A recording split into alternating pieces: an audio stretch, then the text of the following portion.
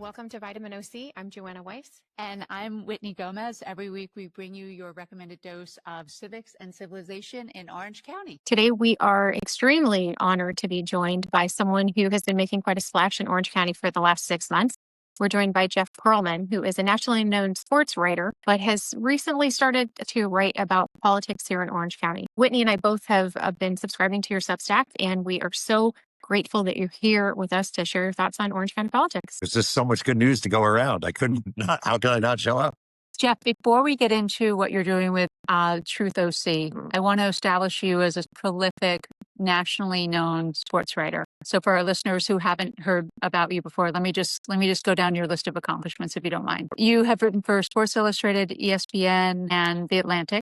You left sports for a short time and were writing for Newsday in New York. You've contributed to the Wall Street Journal, CNN, and Bleacher Report. You have written 10 books, and 4 were on the New York Times bestseller list. This is going to sound super douchey, but 7. 7, congratulations. And you've written books about the Lakers, the Mets, the Dallas Cowboys, Bo Jackson, Barry Bonds, Brett Favre, and your 2014 book was made into a 2-season HBO series called Winning Time. So your book, Showtime, was made into Winning Time. And you've crushed your career in sports writing. I don't know. Yes.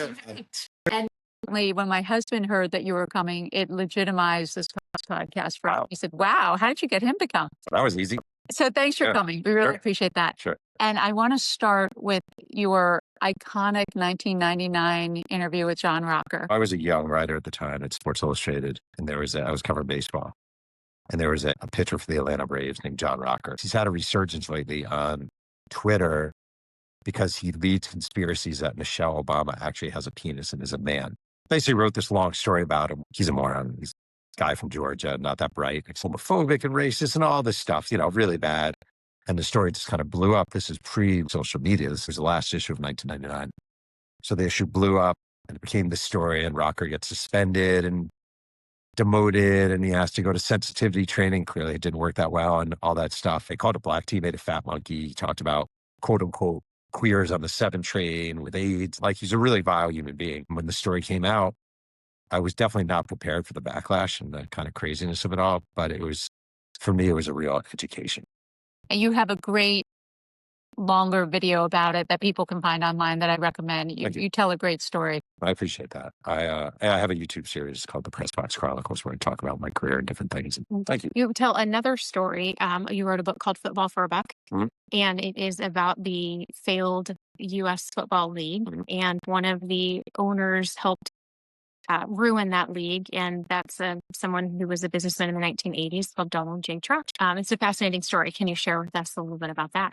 It's funny because everything Donald Trump has done, if you research the United States Football League, you're like, oh, I recognize that. I recognize that. Trump at the time was in his 30s and he was a New York real estate guy. And there's this league that comes along, and there's a rival league to the NFL. There was a spring league instead of a fall league, pro football. Donald Trump buys the New Jersey franchise, but the whole time his whole plan is he wants an NFL team. He has no interest in the USFL. And very early on, after buying this team, the New Jersey Generals, he holds a secret meeting with the commissioner of the NFL, basically tells him, I will throw this league, the USFL, under the bus if you can get me an NFL franchise. Everything he did was diabolical, underhanded, bullshit plan to get a professional football league. And when the USFL died, because he killed it, he didn't care. All these people lost jobs. All these people's dreams were crushed. This league died mainly because of Donald Trump. To me, it was very indicative of who he is now. He just doesn't care. It's a remarkable story of a guy who does not care about people, has no personal connection to the plights of people, of these young aspiring athletes trying to make it. Many of them poor people living out a dream. He didn't care. He just didn't care. And I remember thinking at the time working on the book, which was right before the 2016 election, like, this guy is unchanged. Just as a savage human being who does not care about the well-being of people. And you're a New Yorker, and you're from the East Coast, and my husband's from New York. New Yorkers knew that very early because they saw the Donald Trump from the 80s. You always wanted to let other people know, hey, this guy has been bad news for as long as he's been an adult. I wish more Americans, had the same sensibilities about some of the East Coasters. I think to be from New York is to recognize a certain time. I grew up an hour from the city, so we go to the city a lot. I remember you used to go to Times Square, and this is not the Disney Times Square. This is Times Square where people go for a hand job and a Bubba Coke. Oh, there used to be this game, the Shell game.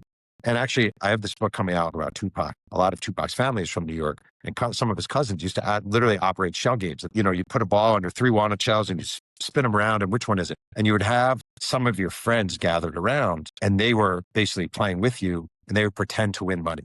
And then you'd have tourists come, and they'd be like, "You should put down $20. You should put down $20." They put down the $20, they lose. Start all over again. That is Donald Trump. Donald Trump is the guy running the shell game. He's always been the guy running the shell game.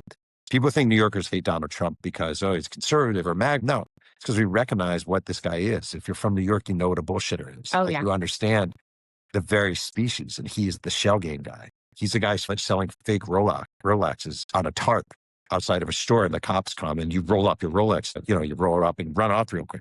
That's entirely who he is. How did you end up in California? We moved here 11 years ago. My entire family's in New York. My mom is still mad we moved to California. I was working on the book that became Winning Time. It was called Showtime. So I was out here a lot working on it. The sportscaster, Jim Rome, used to have a show out here on CBS Sports Network. Every now and then he would call me, and he used to have panels of sports writers fly out for a week. And it was a really sweet gig.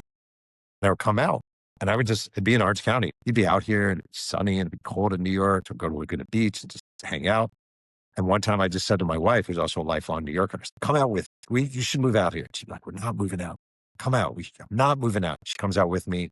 She walks around Balboa. She takes a run in the sun. And this is what happened. True story. It is 2014. Her wedding anniversary is January. She is going to be away for her wedding anniversary, but she leaves me a present. And she says, "Open it on our anniversary." And I open it, and it's a California Angels hat with a card. And the card says, "I'm nauseous. I'm terrified, but let's do it." Oh, great. Wonderful. So you were out here writing the book.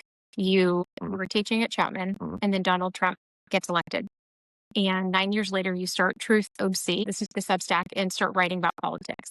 Can you tell us a little bit about what Truth OC means to you and the subtitle of that, which is Because It's Time to Fight Back? Like, it's not like I want to do this. I don't want to do this. I don't want to do this at all. Like, I hate this. But I have a newspaper background. I started my career at the National Tennessean. I worked later at Newsday. Newspapers just dying on the vine. And people get mad. People are like, "Why isn't the LA Times covering this? Or why isn't the Orange County Register covering this?" But they're not covering it because their staffs have been slashed by 85%. And we're used to have maybe 15 OC Register political writers going to the local school board meetings and going to this. There's now like 1 or 2 people. It's just a reality of it. And nobody's covering it. Nobody is writing about this craziness. And the other thing is, coming from New York, there's a certain kind of Orange County crazy that I was unexposed to. It is that vacant look. Everything is great. We love kids. Like, you see it with school boards in particular, like the Capital School Board is a frightening ground zero for me, Moms for Liberty type craziness. And they're just like, "We love kids. We're softball moms. Here's some bubbles. We're going to have a pizza party. It's great." And meanwhile, they're doing all this crazy underhanded stuff. And I just didn't see anyone writing about it. And I felt like I can't not do something. And I don't have many talents. So I just started the Substack on a whim, and here I sit. I don't know. I don't have a great answer. It's frustrating. It's hard. Well, we're lucky you did, because it's really taken off like wildfire. I think people are frustrated, and I think people feel lost. I think we all feel lost. I feel lost too. I don't know what else to do. Like, that's the truth. And the other thing I will say is this. What I like about what you guys are doing, there's nothing in it for me. Just like there's nothing really in it for you. I'm not making money off of this. You don't have to subscribe, but people who do subscribe, I'm putting it all back into politics. I'll give money to campaigns, etc. I don't want a dime off of this. And I think people need to see that not everyone is trying to make a quick buck. Like, not everyone is doing this because of greed. I'm already a quote unquote well-known sports writer, whatever that means. I don't need the fame of a local political blog. Like, I'm not doing it for any reason except I'm angry and I'm frustrated. I want people to step up and feel empowered. And that's it. Yeah. And I actually have to just give a recognition to so many Orange County activists that have been stepping up since 2016. We get accused every now and then of being a party that hires political actors, but we get hundreds of people showing up at times who are doing it for no other reason. And I think of a lot of people who are active in our community really have not made any money off of this. And I just am so grateful for people like you and other people who have been doing this and not making any money off of it. It's so important. I agree. Every Wednesday, Mission VA, you go right outside Youngkin's office, and there are usually 300 people there just waiting with signs and whatever. To me, that's pretty badass, you know? And they were doing it in 2017 with Mimi Walters. They were doing it with Dana Rohrabacher's offices. And it's people have been showing up, and our Orange County activist community is a pretty badass community. I also have found it's very, very easy to get down, like profoundly easy to get down. And I have found if there's something that I get up, showing up at a rally, showing up at a march, there is something in the sense of community that you get where if nothing else, you're not alone. Like there's nothing worse than being at home and scrolling Twitter or Facebook or whatever and just doom scrolling because it's so easy now, especially with the ice raids. There's one video after another video after another video and like it breaks your brain. And I do feel like there's something to be said for at least being around like-minded people and seeing some sense of like, no, we need to fight this. Well, you've actually gone around a lot of not like-minded people. You've really gone into the belly of the beast in a couple of these assignments. Mhm. You seem to really find a lot of crazy people. And maybe it's how you write about it so well, but what's your process? How are you finding where to go? I mean, it's not very hard. Like everyone posts on, Facebook and now people hit me up too. They'll be like, oh, there's this meeting in so-and-so. You should go there. You should go to this one. There are a couple of things about this. It's actually kind of weird. I went recently to a meeting and it was at an Elks Club. And it was like 40 conservatives in a room and Sonia Shaw was speaking. She's a different level of crazy, actually. A couple of things I find when I go to these events. Number one, I think most people are still nice. I do. I don't go in thinking I'm going to make fun of these people. And I think if you say to most people, we don't agree on this, but I wanted to come in here, most people are usually like, oh, that's kind of cool. That's actually cool. I respect that. I feel like the people like Sonia Shaw, just as an example, or Lisa Davis or Donald Trump, they want us all to hate each other. It's in their interest for us to hate each other. It's definitely in their interest to have boogeymen on the left. But I find most people, even arch conservatives, even MAGA supporters, it doesn't mean you're an asshole. It just means you're misguided. And going to these events actually sometimes reminds me of the humanity in people, which during these times I really need. So I try to go, I try to see the humanity. Oftentimes when I write something, I am kind of making fun of the event because they're ridiculous. One thing I really hate that happens right now, and you see it a lot of at events around here, you'll have some TikTok agitator show up at like the March in Mission Viejo. And it's actually cool. It's like some young guy and it's trying to get a ton of views on TikTok. Just being honest, most of the marchers are senior citizens. And it's actually mean. It's like shooting fish in a barrel. They don't understand the world of TikTok. So you going up to them with the camera in their face and saying like, why do you support blah, blah, blah, blah, blah? Like, it's not fair. It's not cool. So I don't want to be that guy. Thank you for sharing about how you get in those spaces. And I hope people continue to tell you where to go and where to show up because it's best disinfectant is light. So it's great that they're in those spaces. The crazy thing is like one I went to with the arch conservative, they were serving quesadillas and Mexican rice. It was actually weird. The irony of it all was kind of lost on everyone there. Right. And where'd they get it from? Yeah, exactly.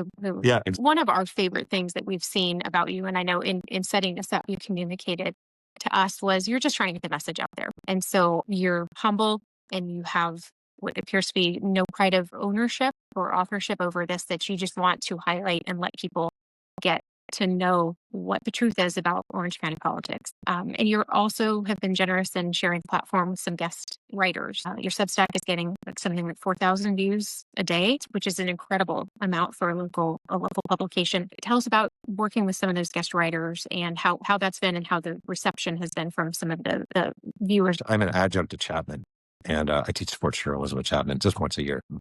I love Orange, by the way. It's a great town. Great town. It's a great place to be. And I have students who we talk on the side, past students who I know are sort of liberal, and I'll be like, hey, you want to write something for the site? So almost everyone who's working for the site is a former student of mine. Person running some of my social media is a former student of mine. I love having people contribute. I've had different people contribute. It doesn't need to be me. I don't care if people are like, oh, do you mind if I take this from your site? I'll credit you. I'm like, you don't have to credit me. Like, I don't care. This isn't about me at all. 0%. Being a sports writer for a long time, I've had so much confrontation in my career. Like you go into hostile locker rooms, you're dealing with players who don't like you, you deal with owners, you deal with managers. That's part of the job. Early on as a young sports writer, that really bothered me. But over time, you really get a thick skin. I wrote about this recently, but I'm 0% afraid of like literally 0% afraid of someone coming up to me and yell, oh, they're going to yell at you, or someone even throwing a punch. You're going to punch me. All right, well, that'll make me wealthier. What exactly is the worst thing that can happen to me? And I can say that this is unfortunate, but like I'm a white guy living in America. I'm the easiest group in America as far as I have a pretty easy life, right? I'm financially secure. I have a voice. I'm just not afraid of the backlash. What are you going to do to me? We're going to throw down? I read what you wrote about that and I really appreciated you voicing that because I think there is a lot of fear. Yeah. But what? You going to deport me? I mean, that'll be a hell of a story. I see so much fear in this country, understandably. If I were Latino here, undocumented or documented, and I were in Santa Ana right now, I'd be freaking terrified. But I'm not. I'm a white guy who can walk past the ice raids and they're not going to stop me just by my basis of being a white guy, which is so pathetic and grotesque.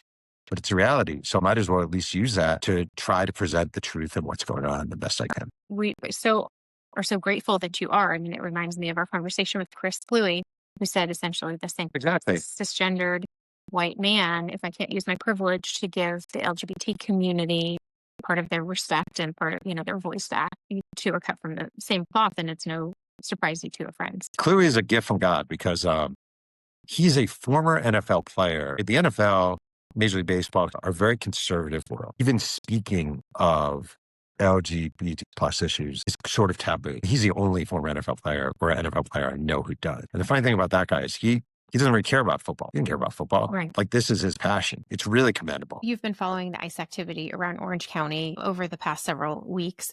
You've even entitled one of your articles, They Are Grabbing People, subtitled Welcome to Nazi Germany, America 2020.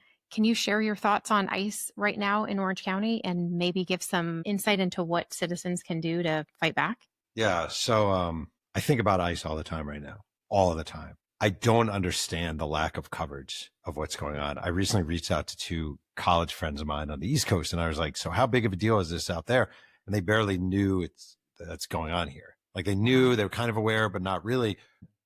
Like, I actually think this idea that in America, you have masked agents in camouflage, armed with guns, no identification, unidentified vehicle half the time, grabbing people, taking them away, some of them American citizens, many of them undocumented, very few of them actually accused of violent crimes of any sort. How is that not the biggest story in America every day? Like, this is literally terrifying, wrong, like morally wrong, reprehensible. You see, I just saw a video this morning of a husband being taken away from his crying wife, and she's screaming and crying, and he's just being taken away. And it's just craziness. And I feel like a lot of people in our shoes aren't speaking out enough about this. If you go to Santa Ana, you see a lot of people screaming about this. If you go to LA and Latino communities in LA, you see a lot of people screaming about it. I feel like it's very easy to be a white person in Orange County and be like, where should I get my coffee this morning? It is insane. It is absolutely insane. And you don't have to be undocumented to have this fear. You could just be a guy working on a landscaping crew or picking fruits at the ecology center or cleaning dishes at a diner and walking out, and they see you and you fit this profile and they're just grabbing you. And the craziest thing about this, I read a piece in the Washington Post. Most of it is actually legal behavior. They don't have to identify themselves by name until a certain point. They can have masks on. The thing that's so chilling in America right now is a lot of it, what we've grown accustomed to through the years, is based on someone being decent and reasonable. It was based upon this idea that, all right, whoever the president is, whoever the attorney general is, they're going to be decent people. At least they're going to be reasonable. And now we have these people who just want chaos and terror, and they're just vile, racist. And the other thing is, Trump clearly hates California. He hates that the state doesn't support him. He hates Gavin Newsom. And when people are like, you're really hurting California, I'm sure he loves that. I don't think that bothers him or Kristi Noem or Pam Bondi one iota. They see California as this thing, and it's not a thing that they have any interest in. So I'm just fed up and terrified and frustrated and angry. Can you tell people the story of Brian Gavidian? That you've written extensively about this. It's insane. He is a guy in LA. He has his own business. He's an American citizen. Agents show up. They pin him against a wall. He's telling them, I'm an American citizen. I'm an American citizen. They take his cell phone, scroll through his cell phone, take his ID. He's telling them, I'm an American citizen. Then one of his cohorts comes up and starts yelling at them. He's an American citizen. They pin this guy to the ground. Well, you see a lot of it now. You see this from Kristi Noem, is they'll use the excuse, well, that person got violent with an officer. Okay, you're a masked guy in camouflage who isn't showing identification and is grabbing someone. What exactly are they supposed to do? So it's the ultimate catch-22. If someone is masked and in camouflage and is coming up to me and grabbing me, I'm throwing a punch. Like, just naturally, I'm throwing a punch. Well, now they can say, well, you got violent with a law enforcement officer, so we had just cause to take you away. And now we're putting you in a holding cell. I want to have your cell phone and we have your card. People are just vanishing. I don't recognize this as even slightly something that should be happening in America, but it is every day by the thousands. If the country is slipping into authoritarianism, because I think that's what you're describing, what can local citizens do to stop it? I wish I knew. I mean, I know in a way, all right, here's the thing this is the thing I learned from writing the USFL book about Trump. I'm being serious about this. Like there's certain people who are just evil because, I don't know, they were dropped on their head when they were 5, or they're just people who are just ruthless people because they are ruthless people. Donald Trump, like the reason Donald Trump wanted to be an NFL owner so badly is because he craved this acceptance that he couldn't get. The reason he loathed Obama so much, in my opinion, is because Obama had something he could not have, but he coveted, which is love and power. I think Donald Trump has this weird sort of need. Like he always refers to himself when he recalls conversations with people, he always has everyone referring to him as sir, yes, sir. Like he needs that desperately. And I think what he hates more than anything is being belittled and being ridiculed and being confronted in very real ways. So I think right now, the best thing we can do is have these rallies, stand up to ICE agents, have as many videos as possible, making them look like fools. Like I really like the videos, to be honest, of people saying, I'm going to be totally blunt here. Okay. What kind of fucking pussy wears a mask? Like, what the fuck are you? Like, you're wearing a mask? What kind of fucking pussy are you wearing a mask? Like, that to me is a rallying cry. I'm just saying it's a rallying cry. And like, I think that stuff actually emboldens people at a time when we need to be emboldened. You've done so much highlighting bigger issues like ICE, but I like when you're also highlighting some of the smaller things like the president's tweet last week calling Anderson Cooper Allison Cooper. Ugh. I mean, there are so many things going on that the press can't even keep up. Correct. And the big things, much less the little thing. And the little things are very indicative of who people are. And that was such an outrageous tweet. Well, think about the hypocrisy of this for a minute. They're going after universities for being anti-Semitic. Okay. So the Department of Justice is going after universities for being anti-Semitic and also for promoting trans athletes and all this stuff, right? And you have the president of the United States mocking a gay reporter as Allison. Like, what leg do you have to stand on here? I mean, there's this, when Donald Trump ran against Hillary Clinton, and I'm Jewish, so this stuff, like, he ran this advertisement and there was a picture of Hillary Clinton, a wad of money, and a Star of David. And it said, most corrupt politician ever. That was you. Like, that was your guy. So don't tell me about anti-Semitism and how you're fighting anti-Semitism. It's all about control. They want control over public education. They want control over universities. They want to curtail what's being taught. Like, it's high level authoritarianism bullshit. And the only thing right now that gives me hope, honest to God, the only thing that kind of wakes me up every day and gives me a little stir is the vast majority of people surrounding him are actually morons. And like, they're not savvy. Like Pete Hegseth is a moron. Pam Bondi, law degree, moron. Marco Rubio, just a spineless piece of shit. Like, this is not the A-team. They're not evil geniuses. They're just evil morons. Right. And they want power and they crave it. Like, they actually are idiots. Now, the problem is a large percentage of this country doesn't see it. It's hard for idiots to ultimately prevail for long periods of time. The big, beautiful bill, that's a freaking disaster for this country. The idiots don't know it yet, or they don't see it, or they think we'll be able to fool enough people. All right, let's make a big shift in gears from serious topics to a lighter topic. You're an East Coast guy. Food on the East Coast, sorry, Joanna, is way better than food on the West Coast. And when my husband and I moved out here, the best pizza we found was at the window outside Costco in Fountain Valley. And It's gotten better. It's gotten better. Not even kidding. It's gotten better.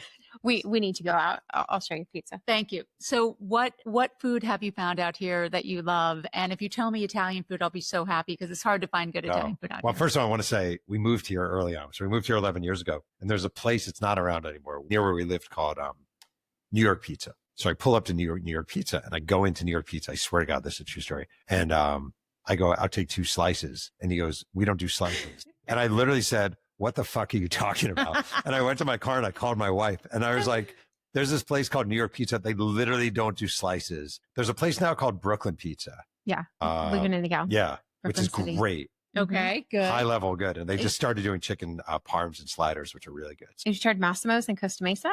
I don't know if I have. That's one of my favorites. Is it? Mhm. Okay. The pizza's not great out here. Like, it's not like Brooklyn pizza is wonderful, but would it'd be like the 130th best pizza place in the Bronx, you know, like, but whatever. That's cool. It's still really good. Poke out here is awesome. I love Diamond Jamboree. The food there is amazing. Orange County, great Asian food. Mexican food, excellent. Pizza, terrible. The best bagels place I found is in LA. It's called Courage Bagels. It's really good. Okay. But the bagels here are preposterously bad and insulting. And They're not really bagels. They're round bread. yeah, they're like roll bagels. I will give you that. Bagels are terrible. thank you so much for being here. It means so much to us. We obviously wanted to have you on as one of our very first guests because you inspire us. You're inspiring thousands of people that are visiting your Substack every day. We encourage all of our listeners and viewers to subscribe to your Substack. It's $8 a month. I just want people to do it for free. Well, I don't even need people to pay for it, for real. But if you're going to put it into politics, hey, they can pay for it, That right? is true. But Yeah, it is free they to can read. support, For right. real, it is free to read. It's free to read. So everyone go subscribe. And then if you would like to subscribe as a subscriber, what's the Paid. Okay, buy the subscriber? Tupac book that's coming out, and Buy the Tupac book. go- Comes out in it's October. Yeah. Perfect. That's a Tupac good in deal. October. Yeah. So thank you so much for being here. We're so grateful. Yeah, my pleasure. Thank you. And so nice to meet you. My elevation in the family of sports fans has really That's what I'm here advanced for. today. That's what I'm here for. Appreciate it. And to our listeners, thank you for joining us for your weekly dose of civics and civilization.